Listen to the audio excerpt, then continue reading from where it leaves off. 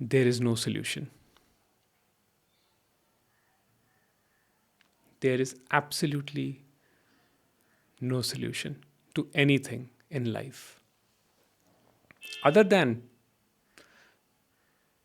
to simply see it the way it is. Now, based on the individual's destiny, sometimes that would happen, but other times that would not happen. Sometimes you will feel as if you have figured out this life, but there will be other times when you will go through loss, pain, suffering, and again this me will come up and say, no, no, you must protect yourself. You must become worthy. You must acquire this, attain that, become this. And the whole movement, the whole cycle of hustling and making it work, trying to live a balanced life, one gets trapped into that never ending cycle. But in this very moment,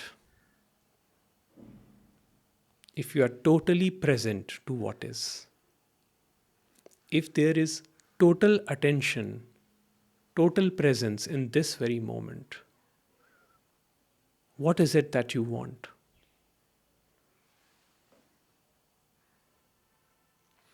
Actually, there is nothing that you want because there is nobody here to want anything. There is an organism that has been called Jagjot, or John, or Mary, or Ravi, or Aarti, whatever. The organism is there, and the organism is highly intelligent. The organism knows how to answer the right questions. The organism knows how to be at peace. The organism is intelligent. It knows how to work on mathematical problems, scientific problems, logical problems. It knows how to handle emotions.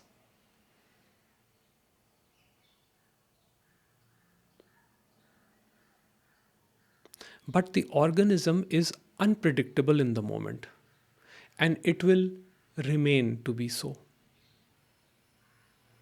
There is no method, no teaching, no practice that can make the organism predictable in the moment.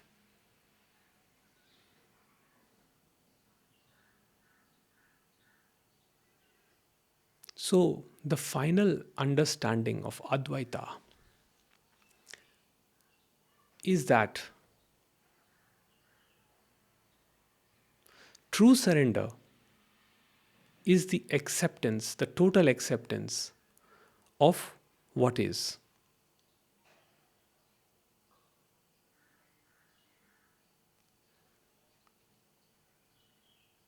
With this understanding, there is never a resistance to anything that is arising. You may certainly not like what is arising because there are certain emotions like jealousy, hatred, envy, resentment. And we are told, we are conditioned that these are bad emotions, these are evil emotions, and we should avoid them. Otherwise, we are bad people. And in trying to counter these emotions, in trying to avoid these emotions, we actually subconsciously strengthen them. They reside, they lurk in our shadows.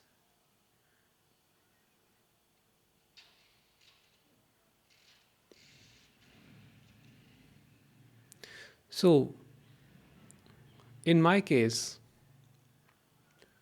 this understanding, as it came about, it allowed a space. And in that space, every emotion was allowed. There was resistance to no emotion. And even if there was resistance at any particular point, that resistance was also witnessed, and in the witnessing of that resistance, the resistance dissolved. And this is a very common experience you may have noticed. Like, if, let's say, you are feeling anxious for some reason, now if you are completely all by yourself and you're giving that, your anxiousness or that emotion, total attention, complete attention, what happens? You actually fuse into it, and the emotion completely diffuses.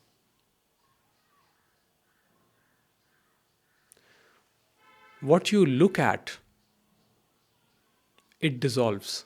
So there is actually nothing happening at the core.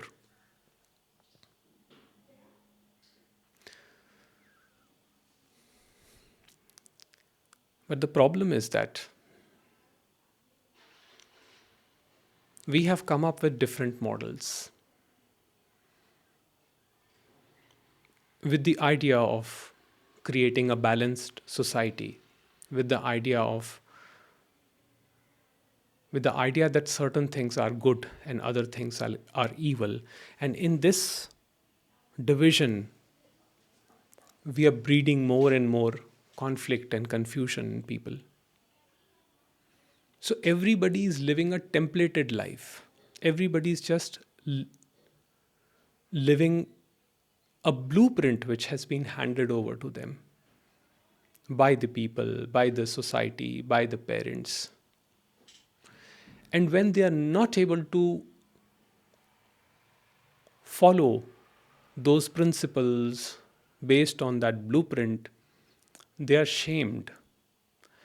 And that shame often leads to a lot of guilt. So, this me entity again comes up and it says, I am unworthy, I have failed. Now I ask, who is this me? Who is this I that failed?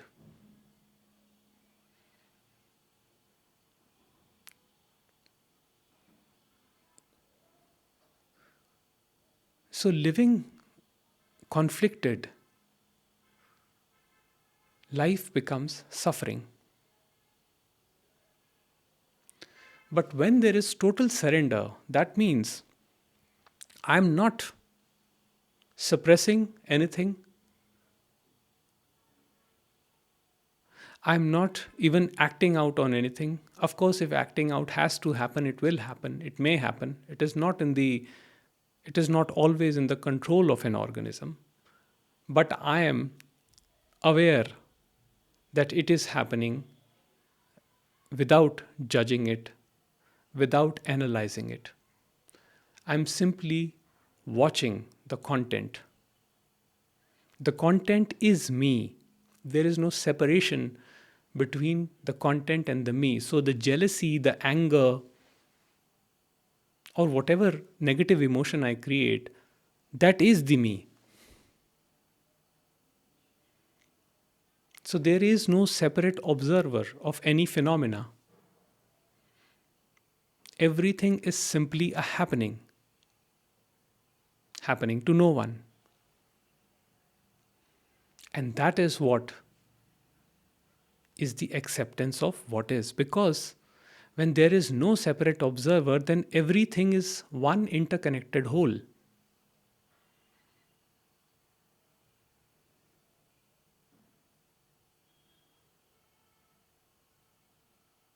Things may appear to be separate, but look around and see if anything stands alone.